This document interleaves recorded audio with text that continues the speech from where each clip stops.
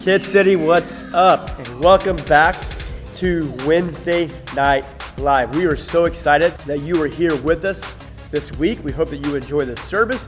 A couple things I want to draw your attention to. Number one is August the 26th. That's a Wednesday night. That will be our first Wednesday night back here in KidCity. We hope that you make plans to come, to attend, to have fun. We'll go outside, we'll play games, and we'll come back inside of here and we'll do a service how we generally would do. It'll be our first Wednesday night back in forever. Now, number two, August the 14th, that's next Friday, will be our camp day, okay? This is taking the place of the day, this is taking place of camp. As you know, camp was canceled, so this day is going to be an action-packed, fun-filled day for those that were supposed to go to camp. So that's entering third grade and entering sixth grade. You can register online. That link is on our KidCity Facebook page. We hope that you go there and click on that. We're asking that you register by next Wednesday so we can make sure that we get everything in order. And as we go through the next week, I'll give you more details about where, when, drop off, pick up, all that information. So be sure that you're looking for that. We're so excited that we are back together today in a service. We're going to do lesson 3 of game plan. I hope that you lean in and you get something from it. We love you, and let's get started.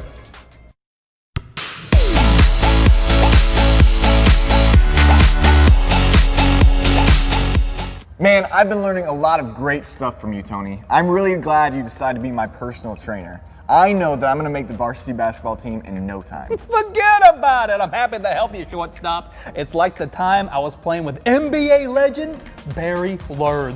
Barry Lurd? Don't you mean Larry Bird from the Boston Celtics? No, Barry Lurd. What a legend that guy was. He was a trainer for the Vancouver Grizzlies. He could fold a fitted sheet 4 different ways in under 30 seconds.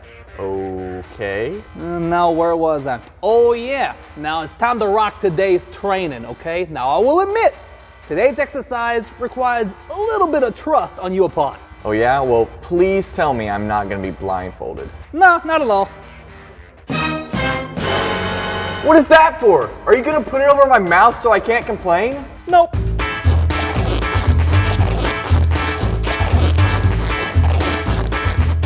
Like that. Perfect. What is all this about? I can't move my arms. Yep. Today we're going to work on your passing game. Ow! Wait! What? How am I supposed to work on passing if I can't catch the ball? Well, it sounds like you need a better game plan, doesn't it? Huh? You don't trust me, huh? Okay. Guess we gotta try something else. Ow! Okay. Try this. A cheese puff? What am I supposed to do with this? Well, you need to practice your dribbling, right? How am I supposed to dribble with a cheese puff? It doesn't even bounce. Wow. Still don't trust me? What is there to trust? You're tying my hands to my side and throwing a ball at my chest, and then you're expecting me to bounce a cheese ball on the ground? None of that makes sense. Not to you. Not to anybody. Well, there's a pretty important scripture that the kids are gonna learn in their lesson today that could do you a lot of good in your current situation. Oh yeah? Yeah, it's about not leaning on your own understanding, but trusting that God knows best. It's about not trusting in your game plan, but trusting in God's. Oh, so kind of like how I'm not trusting in your game plan right now. Exactly. Sometimes God asks us to do something that doesn't even make sense to our own understanding, but if we trust God and obey, He will show us the right path to take. Gotcha. I guess I need to pay attention to that lesson, huh? Would be a good idea. Now, where were we? Cheese ball. Yeah, you see, the reason why I think...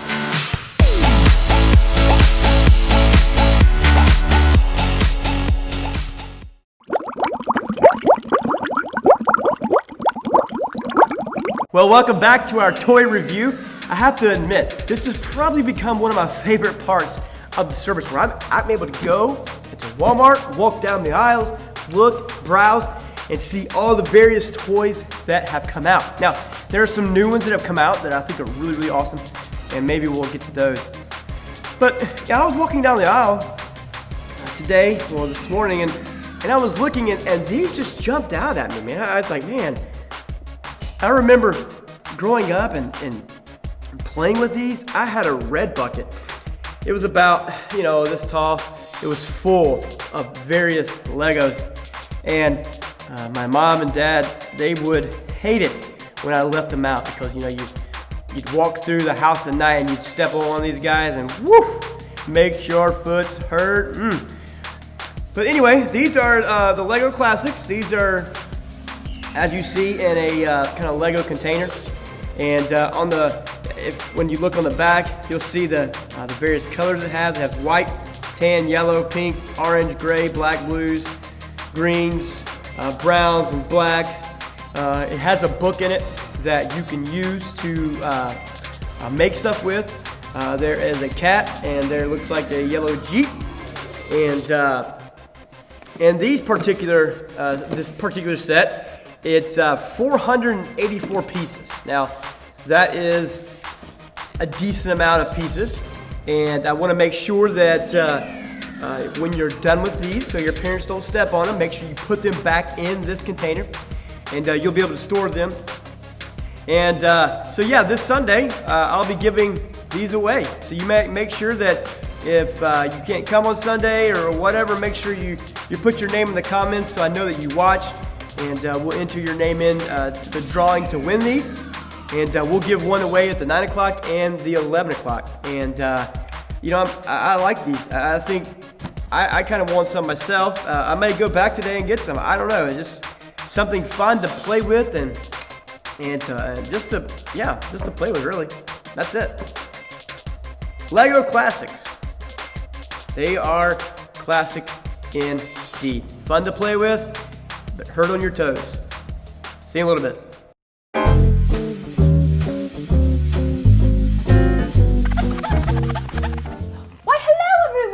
My name is Rita Teast, but nobody goes by Rita anymore, so you can just call me Teast. Now, I've just been working on my newest painting, but I really need to take a break. So I thought you could help me with today's Powerverse. The problem is I sleepwalk at night, and last night I was painting today's Powerverse and I started using pictures instead of words. So now I need your help to figure out what it's supposed to say. Let's take a look at it. Trust in the Lord with all your organs? Oh my, boys and girls, what is that? Oh, heart. Do tie. No, do rope. Huh. Oh, it's a knot. Knot. Depend on your own brain. Mind. Boys and girls, what could that word be? Oh, I know it. It's understanding. Seek his tire. Round thingy. What is that, boys and girls? A wheel. Oh, you know what that sounds like. Will. In all you do, and he will show, oh, I know this, it's you. Which path to take? Proverbs 3, 5, and 6. That's it! Great job, boys and girls. Now, let's make sure that we don't forget it. So everyone stand up and say it with me on the count of 3. 1, 2, 3. Trust in the Lord with all your heart. Do not depend on your own understanding. Seek his will in all you do, and he will show you which path to take. Proverbs 3, 5, and 6. Great job, everyone. You can all have a seat. Now, would you like to see today's painting? I know you would. See, this one is a portrait of my grandmother. Ta-da! Isn't she so beautiful? She's eating her favorite food, mac and cheese. And she just got her hair did. It looks so fabulous. Work it, Gram. Ooh, ooh. Anyway, thank you all so much for your help today. I'll see you later, boys and girls. Bye-bye.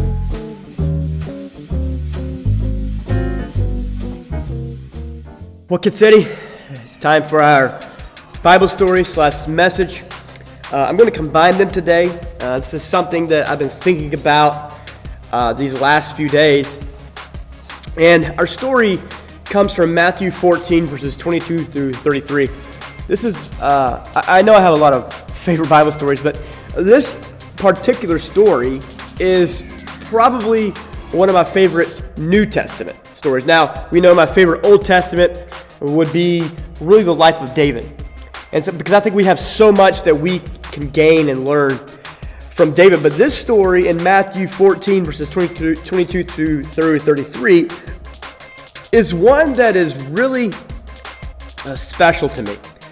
And it's the story of when Jesus had just finished teaching. And he wanted to go away. He wanted to spend some time in solitude and prayer to really just seek God. And so Jesus then, in turn, sends his disciples on a boat across the sea. When all of a sudden, out of nowhere, this ginormous storm begins to rock their boat, begins to toss it. They begin to become fearful of their life because they're in the middle of this sea and they're on this boat and they don't know if this boat is going to be able to hold together during this storm. You know, in life, we think the same thing as we're walking day to day through life and storms begin to happen all around us. Even when you were in school back in February and then in March and this pandemic storm began to circle around us and we really didn't know what to do. Our life really changed. And it was hard. School was canceled. Sports was canceled. Kids camp, church, all this stuff was canceled. We didn't know why. We didn't really understand why. But we knew we had to have faith that somehow, some way, God would show up and show out. So, like you and I, the disciples began to freak out a little bit. They thought that, I guess this is the end of us. We're all going to die. And then something happens. As if things could not get any worse, like we have experienced these last several months. We think, well, it can't get any worse, but then again, it's 2020 and we realize it can get a lot worse. They see this figure. They see a person on the horizon, the distance, coming toward them. They initially felt, wait a minute, this is a ghost. Not only are we in this middle of the storm being tossed and beaten and bruised, that now we see this ghost coming toward us. Like what else could happen? Again, how we feel for 2020. What else could happen? Listen, I've learned in these last few months not to ask that question because I'm afraid of what the answer is going to be. And so Peter he looks out there and he says, wait a minute. I know that guy. That's Jesus. That's Jesus. He was walking on the water toward them in the middle of the storm. And suddenly, Peter yells out, Lord, if it's really you, let me come out and walk on the water to you. Now, here's something that I find when you read this scripture and you read really the tone of Jesus in this next thing. He says this. He says, come on, as if he really wondered, like, why are you doubting me? Really, Peter? Like, you know it's me. You know that I'm walking on water. You know I'm the Messiah. You know I am the Son of God. And you really are going to tell me to ask you to come on? Come on, Peter. I mean, that's kind of what I feel in that passage. So Peter, he does something that people would think that he's literally lost his mind. In the middle of the storm, Peter gets out of the boat and begins to walk toward Jesus. Now, as long as Peter was focused on Jesus, things were good. He was walking on water toward him. But as soon as Peter lost sight, took his eyes off Jesus, he began to sink deep into the water. So much that he feared for his life. And he yells out to Jesus to save me. And Jesus reaches out his hand and saves him. Jesus looks at Peter and says, you have such little faith. Why did you doubt? You see, Peter felt ashamed because he had stopped focusing on Jesus and having faith in him. Instead, he started focusing on the storm and the situations that surrounded him. The scariness, the unknown, the fears of what's going to happen. Are we going to die? Are we going to make it? Is Jesus going to save us? Where's Jesus at? Too often in life, we take our eyes off Jesus. We stop looking toward him for direction. We stop looking toward him for the ways that we should live. We start thinking that our game plan is so much better than what his is. But we know that's not true. 3 things I talked about this past Sunday was I can always trust God. You can. You know, we talked about the trust fall several weeks ago, and when we feel like we're falling, we can trust God to be there, to help us, to catch us, to pick us up. Point number 2 was I must trust him with all my heart. You can't say, okay, Lord, I'm going to give you 80% of my heart, but I still want 20%. It doesn't work that way. You have to give God 100% of your heart so he can come in and transform it. He can help you through your storms. The last one was if I seek his will, he will show me his game plan. I know that sounds easy and it sounds pretty self-explanatory, but we don't always do that. We don't always submit to God. We don't always submit to his will. We go back to point number 2 of trust him with all my heart. We think, well, you know, I'll give him 80, but like I need that 20 because I need control. Even you young kids at a young age, and if you learn now to surrender your whole heart to God, it'll be so much better.